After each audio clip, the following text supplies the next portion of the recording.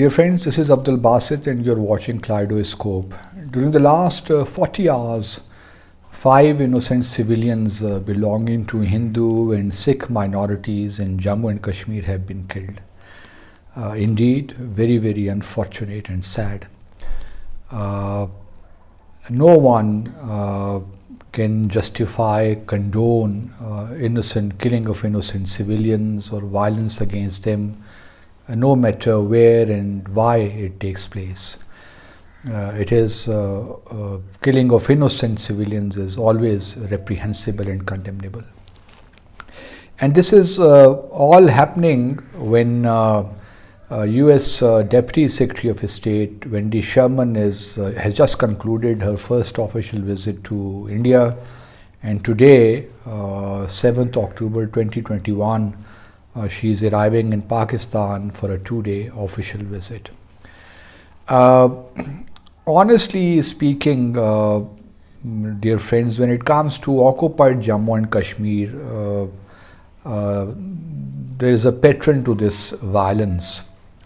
I am not intrigued, though I am very, very sad for the victims and for their families who have lost their loved ones.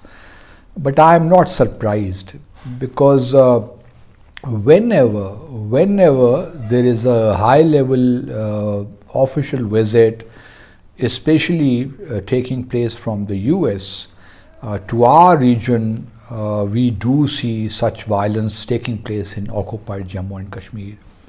Whether it was President Clinton's visit to this region or President Bush's visit to India, and now violence coinciding with Wendy Sherman's visit to India and Pakistan.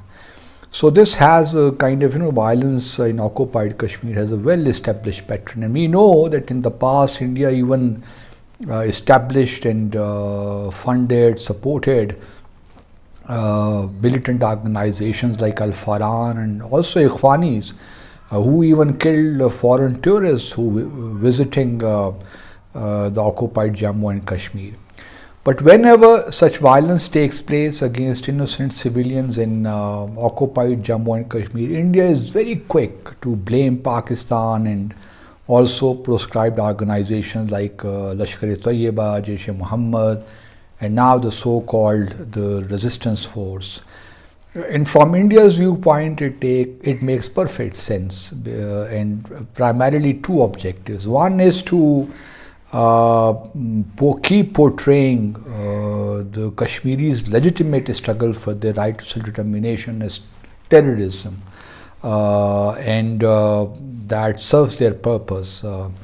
And then secondly, to keep reinforcing their anti-Pakistan narrative, that it is Pakistan which supports, funds, guides these terror organizations who carry out such violent and terror actions in occupied Jammu and Kashmir. And obviously then it has a larger context also, Pakistan-India relations, to create more wedges between our two countries, and now Afghanistan under the Taliban government, and then Pakistan being on the FATF grey list. So all these things in different ways, they are intertwined, and it serves India's foreign policy objective, or is Pakistan policy, to keep us under pressure, so that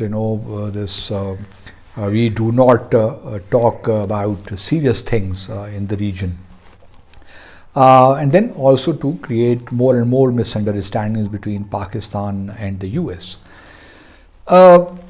I have been saying all along that, and I think India needs to revisit its policy and some self-reflection as well. And it goes without saying that unless and until the Kashmir dispute is resolved between Pakistan and India, there is simply no possibility, no matter what you do, to build bridges of cooperation and mutual trust between the two countries. There is simply no possibility. And I have seen it firsthand, so I can say with confidence that the real problem between the two countries is Jammu and Kashmir. And unless it is settled, fairly and justly, and a solution which is also acceptable to Kashmiris. There is simply Pakistan and India cannot cooperate with each other, cannot trust each other. It is simply impossible.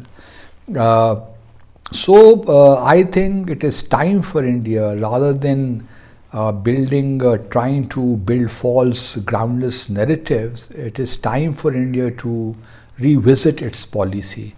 If it thinks that by taking unconstitutional, illegal measures on 5th August 2019, which are also in breach of several UN Security Council resolutions, it can win hearts and minds of the people of Jammu and Kashmir, I think India is highly, highly mistaken. It is time for India to be realistic and see the ground realities.